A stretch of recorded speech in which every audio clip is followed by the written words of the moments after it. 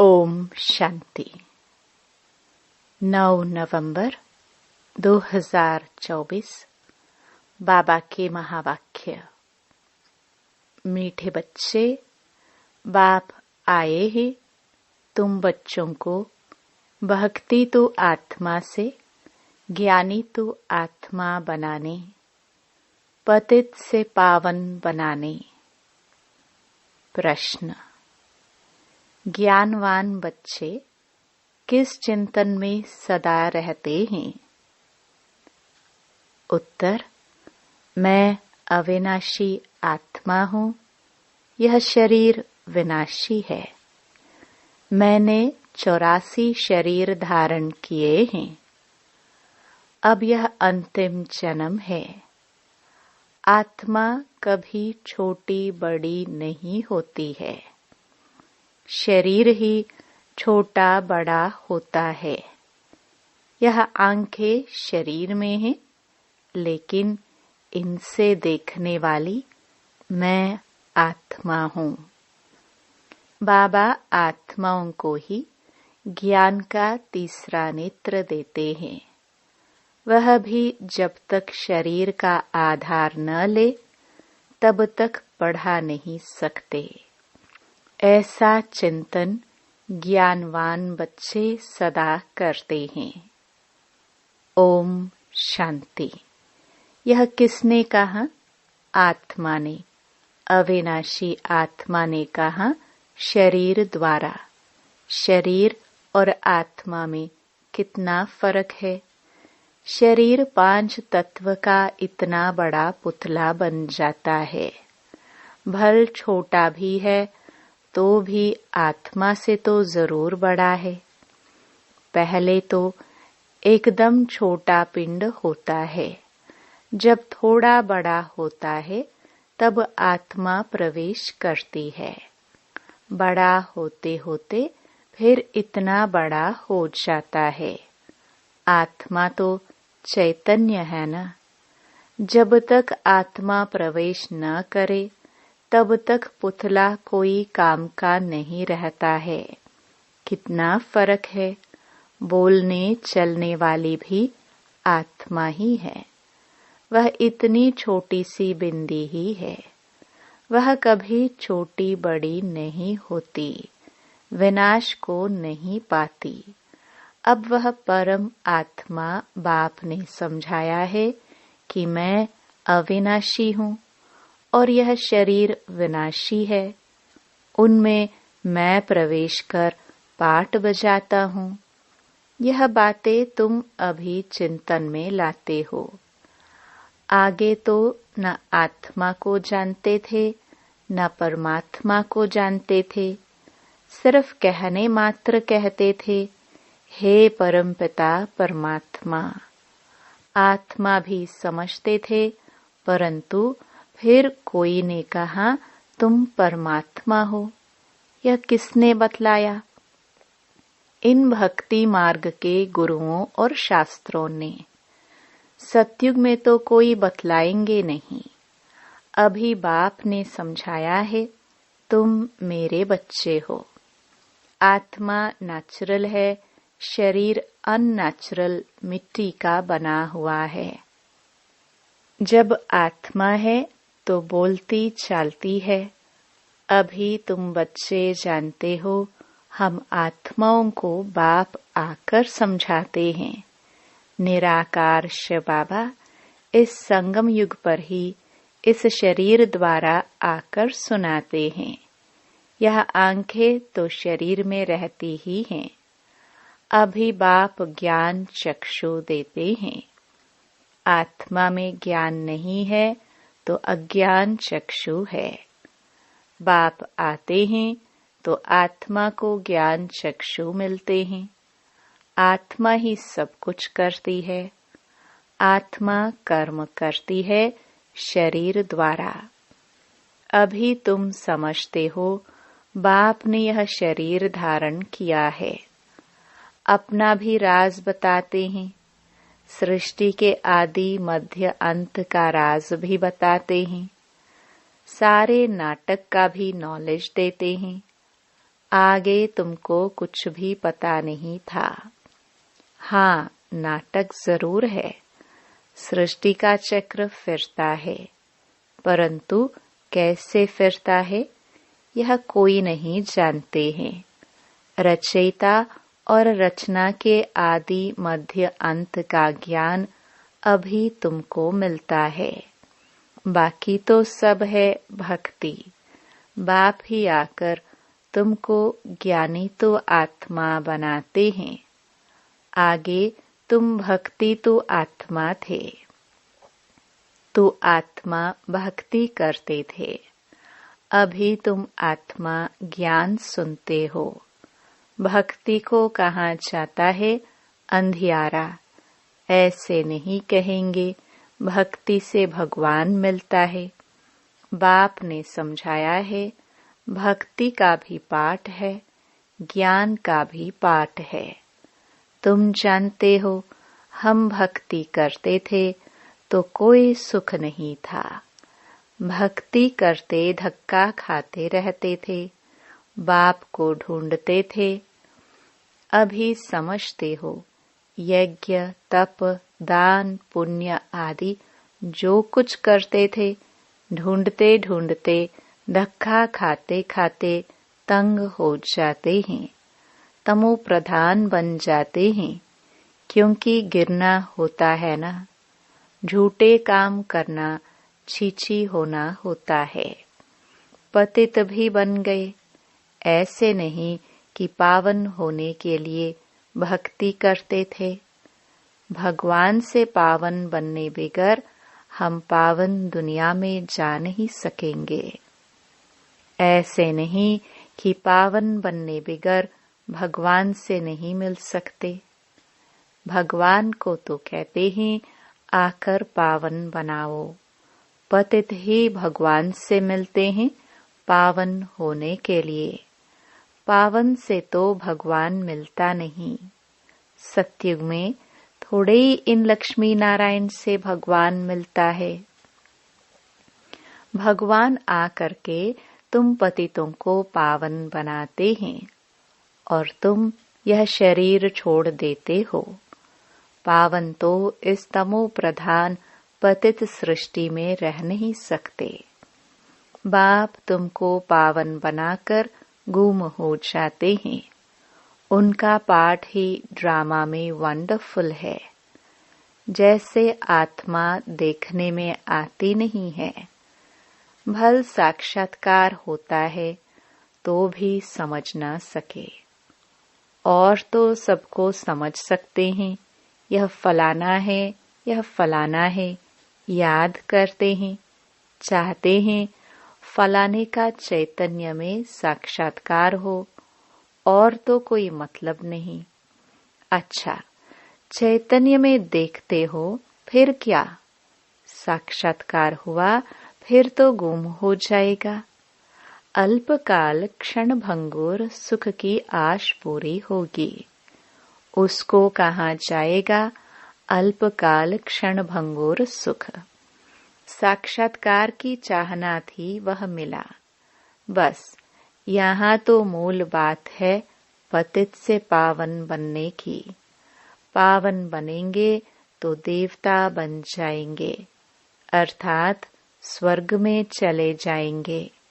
शास्त्रों में तो कल्प की आयु लाखों वर्ष लिख दी है। समझते हैं कलयुग में अजुन 40,000 वर्ष पड़े हैं।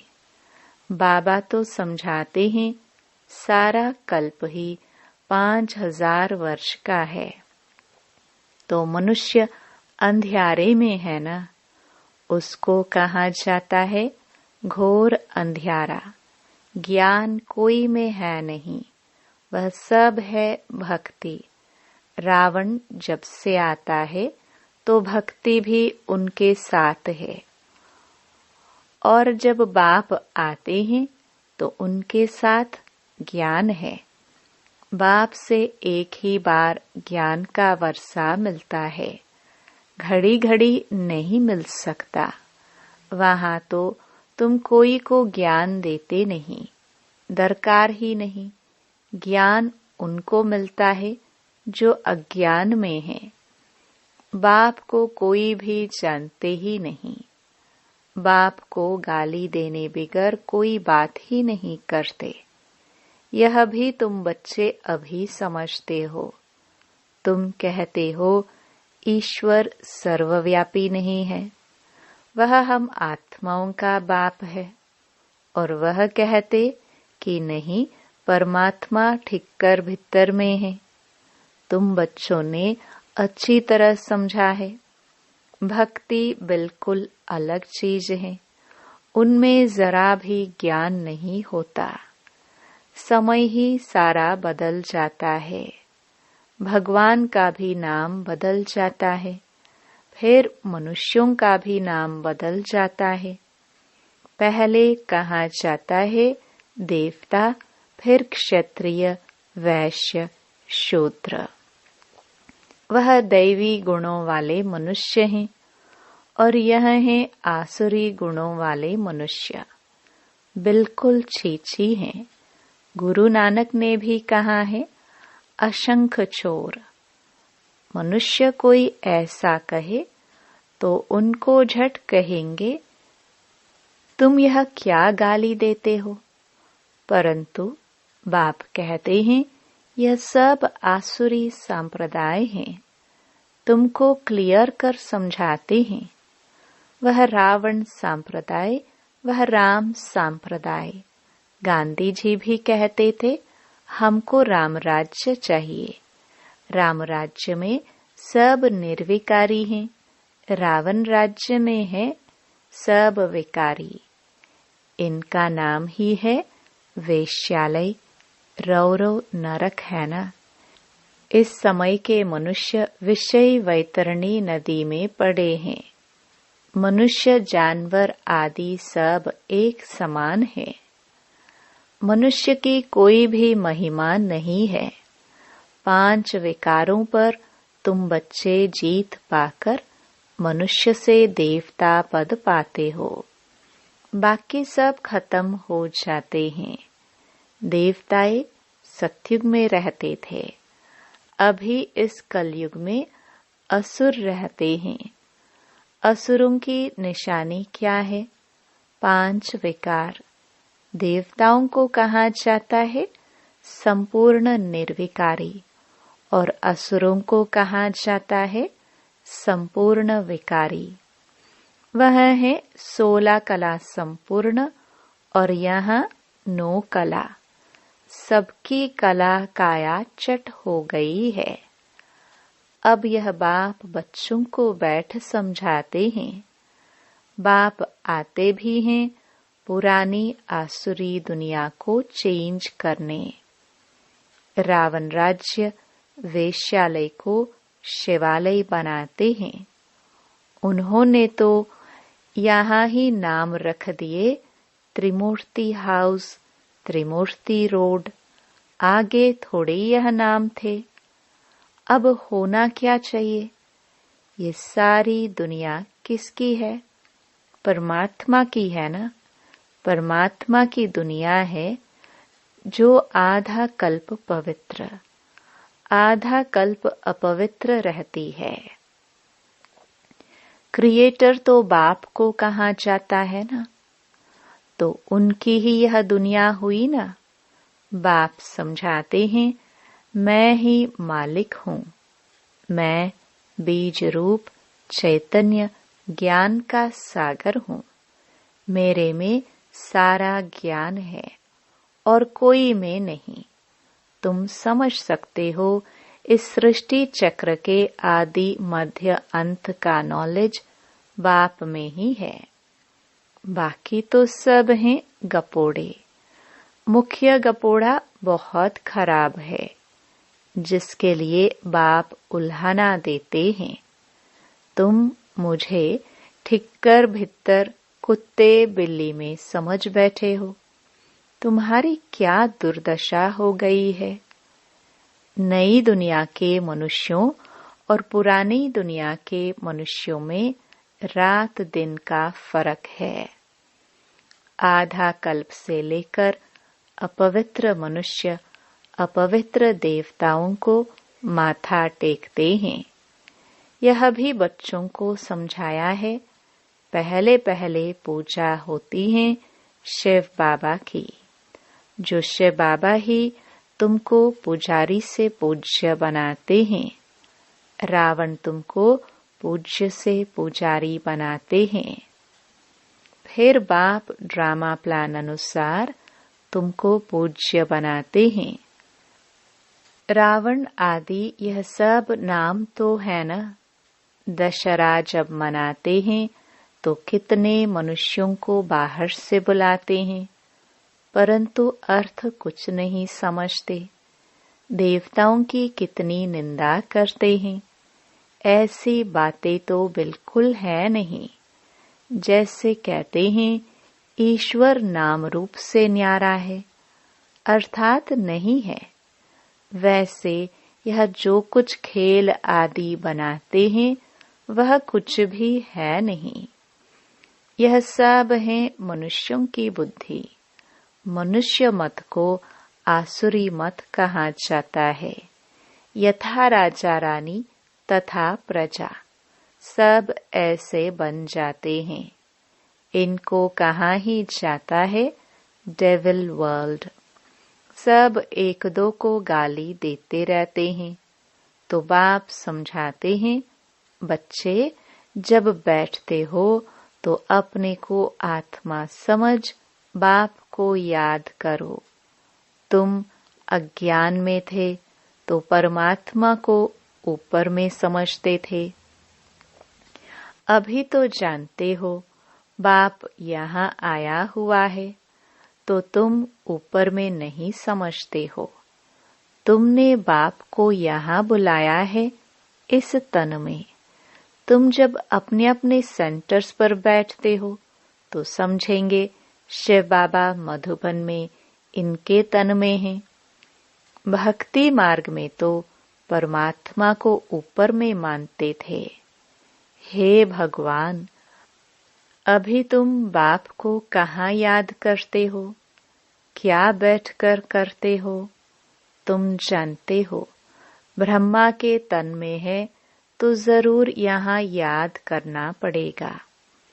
ऊपर में तो है नहीं। यहाँ आया हुआ है पुरुषोत्तम संगम युग पर।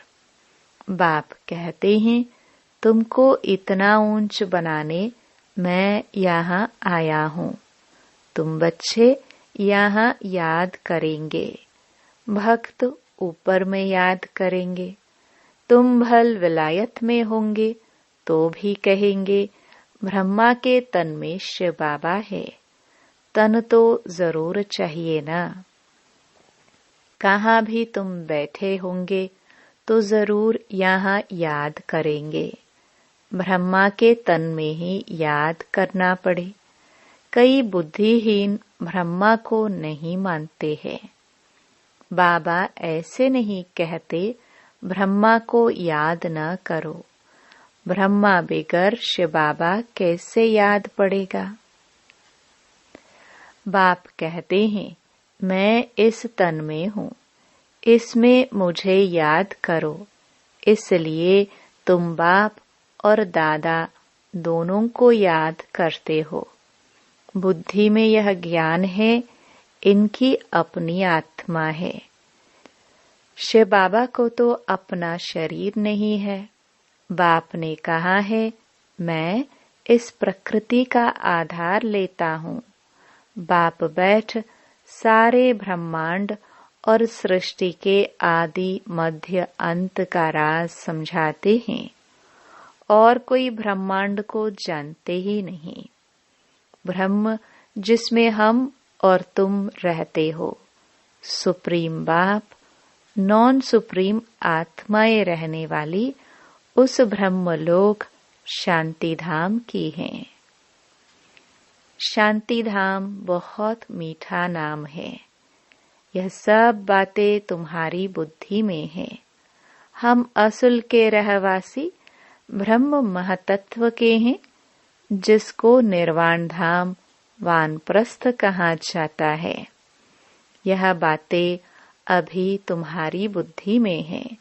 जब भक्ति है तो ज्ञान का अक्षर नहीं। इनको कहा जाता है पुरुषोत्तम संगम युग, जबकि चेंज होती है। पुरानी दुनिया में असुर रहते हैं, नई दुनिया में देवताएं रहते हैं, तो उनको चेंज करने लिए बाप को आना पड़ता है। सतयुग में तुमको कुछ भी पता नहीं रहेगा। अभी तुम कलयुग में हो तो भी कुछ पता नहीं है। जब नई दुनिया में होंगे तो भी इस पुरानी दुनिया का कुछ पता नहीं होगा। अभी पुरानी दुनिया में हो तो नई का मालूम नहीं है। नई दुनिया कब थी पता नहीं, वह तो लाखों वर्ष कह देते हैं। तुम बच्चे जानते हो, बाप इस संगम युग पर ही कल्प कल्प आते हैं। आकर इस वैरायटी झाड़ का राज समझाते हैं। और यह चक्कर कैसे फिरता है वह भी तुम बच्चों को समझाते हैं। तुम्हारा धंधा ही है समझाने का। अब एक एक को समझाने से तो बहुत टाइम लग जाए, इसलिए अभी तुम बहुतों को समझाते हो, बहुत समझते हैं। यह मीठी मीठी बातें फिर बहुतों को समझानी है। तुम प्रदर्शनी आदि में समझाते हो ना, अब शिव जयंती पर और भी अच्छी रीति बहुतों को बुलाकर समझाना है। खेल की ड्यूरेशन कितनी है तुम तो एक्यूरेट बताएंगे। यह टॉपिक्स हुई, हम भी यह समझाएंगे। तुमको बाप समझाते हैं ना, जिससे तुम देवता बन जाते हो। जैसे तुम समझकर देवता बनते हो, वैसे औरों को भी बनाते हो। बाप ने हमको यह समझाया है। हम किसकी ग्लानि आदि नहीं करते हैं। हम बतलाते हैं ज्ञान को सद्गति मार्ग कहा जाता है। एक सतगुरु ही है पार करने वाला। ऐसी ऐसी मुख्य पॉइंट्स निकाल कर समझाओ। यह सारा ज्ञान बाप के सिवाय कोई दे नहीं सकता है। अच्छा, मीठे मीठे सिखिलदे बच्चों प्रति मात पिता बाप दादा का याद प्यार और गुड मॉर्निंग। रूहानी बाप की रूहानी बच्चों को नमस्ते। धारणा के लिए मुख्य सार।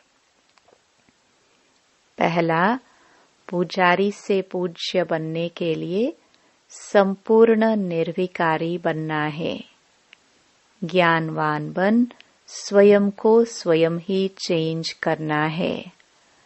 अल्पकाल सुख के पीछे नहीं जाना है। दूसरा, बाप और दादा दोनों को ही याद करना है। ब्रह्मा बिगर शिव बाबा याद आ नहीं सकता। भक्ति में ऊपर याद किया, अभी ब्रह्मा तन में आया है तो दोनों ही याद आने चाहिए। वरदान, हर कर्म में विजय का अटल निश्चय और नशा रखने वाले अधिकारी आत्मा भव। विजय हमारा जन्म सिद्ध अधिकार है। इस स्मृति से सदा उड़ते चलो। कुछ भी हो जाए ये स्मृति में लाओ कि मैं सदा विजयी हूँ। क्या भी हो जाए यह निश्चय अटल हो। नशे का आधार है ही निश्चय। निश्चय कम तो नशा कम। इसलिए कहते हैं निश्चय बुद्धि विजयी। निश्चय में कभी कभी वाले नहीं बनना। अविनाशी बाप है तो अविनाशी प्राप्ति के अधिकारी बनो। हर कर्म में विजय का निश्चय और नशा हो। स्लोगन। बाप के स्नेह की छत्र छाया के नीचे रहो तो कोई भी विघ्न ठहर नहीं सकता। ओम शांति।